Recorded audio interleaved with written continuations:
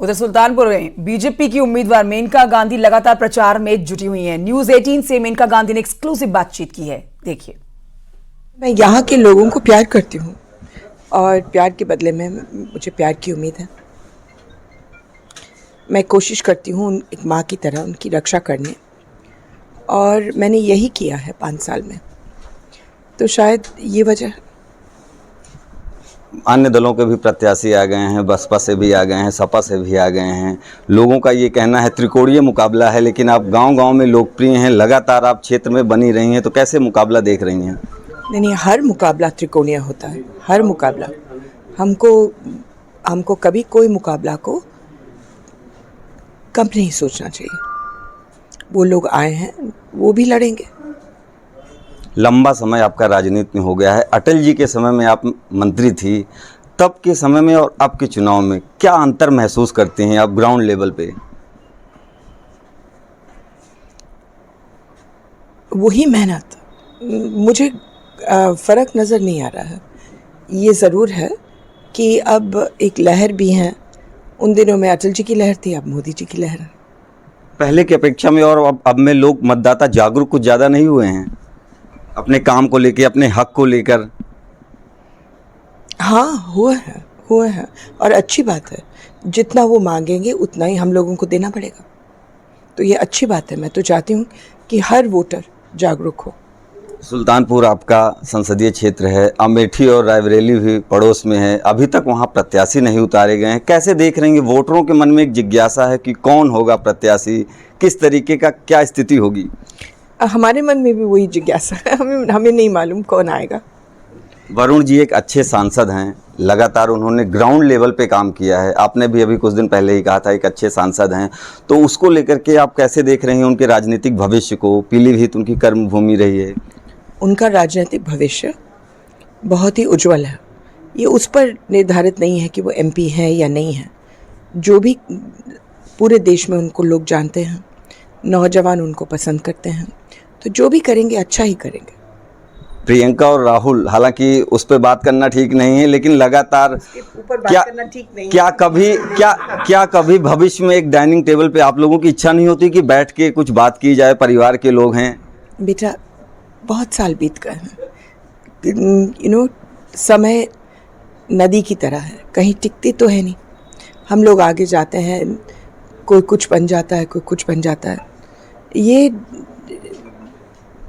मैंने इसके बारे में सोचा ही नहीं। मैं गई जहाँ नदी गई। मुख्यमंत्री योगी आदित्यनाथ जी जिस तरीके से सूबे में काम कर रहे हैं, उनके कामकाज को आप कैसे देख रही हैं? सराहनीय है और उन्होंने इस क्षेत्र के लिए मेरी बहुत मदद की। मैं उनका धन्यवाद देती हूँ। आइए आगे बढ़ते आपको बताते हैं, बीएसपी ने लोकसभा उम्मीदवारों की 5वीं सूची जारी कर दी और 5वीं लिस्ट में बीएसपी ने 11 उम्मीदवारों के नामों का ऐलान कर दिया है। हम आपको बताते हैं इस वक्त ये बड़ी जानकारी दे रहे हैं। बीएसपी के 11 उम्मीदवारों के नाम आपको बताएंगे।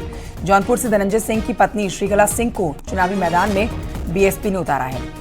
मैनपुरी से बीएसपी ने गुलशन देव शाक्य को टिकट दिया है। और ये भी जानकारी आपको देते हैं कि शिव प्रसाद यादव को टिकट दिया गया है, जबकि गुलशन देव शाक्य का टिकट कट गया है। वाराणसी से पीएम मोदी को चुनावी मैदान में चुनौती देने के लिए बीएसपी ने मुस्लिम उम्मीदवार अथर जमाल लारी को मैदान में उतारा है। बदायूं से मुस्लिम खां हैं, बरेली से छोटेलाल गंगवार हैं, सुल्तानपुर से उदयराज वर्मा हैं, फर्रुखाबाद से क्रांति पांडे हैं, बांदा से मयंक द्विवेदी हैं, डुमरियागंज से ख्वाजा शमसुद्दीन हैं, बलिया से ललन सिंह यादव हैं, गाजीपुर से उमेश कुमार सिंह हैं। तो ये बीएसपी की 5वीं सूची है, जिसमें 11 नामों का ऐलान किया गया है। उत्तर प्रदेश में बीएसपी अपने दम पर सभी सीटों पर चुनाव लड़ रही है और एक एक करके हर तस्वीर पर, हर सीट पर बीएसपी की स्थिति साफ होती हुई नजर आ रही है। उम्मीदवारों के नामों की घोषणा हो रही है।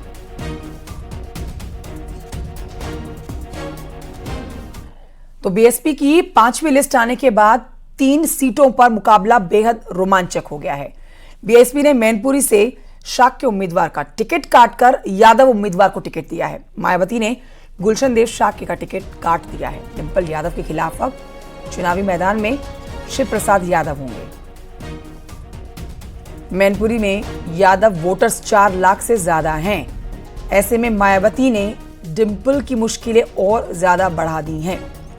बदायूं में भी मायावती ने यही किया है। बीएसपी ने यहां बदायूं से मुस्लिम खां को उतारकर आदित्य यादव की राह में कांटे और ज्यादा बो दिए हैं। बदायूं में यादव के बाद सबसे बड़ा वोट बैंक जो है वो मुसलमानों का है।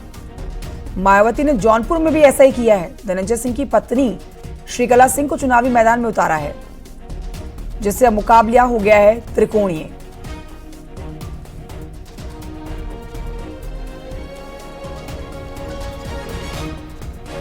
तो ये बीएसपी की जो 5वीं सूची जारी हुई है, देखिए इसमें किस तरह से घमासान मचता हुआ नजर आएगा। मैनपुरी सबसे मुख्य रूप से नजर डालने वाली सीट है, जहां पर शाक्य उम्मीदवार का टिकट काटकर यादव उम्मीदवार को मैदान में उतारा है। एक छोटे से ब्रेक के लिए रुकना होगा, जल्द लौटेंगे।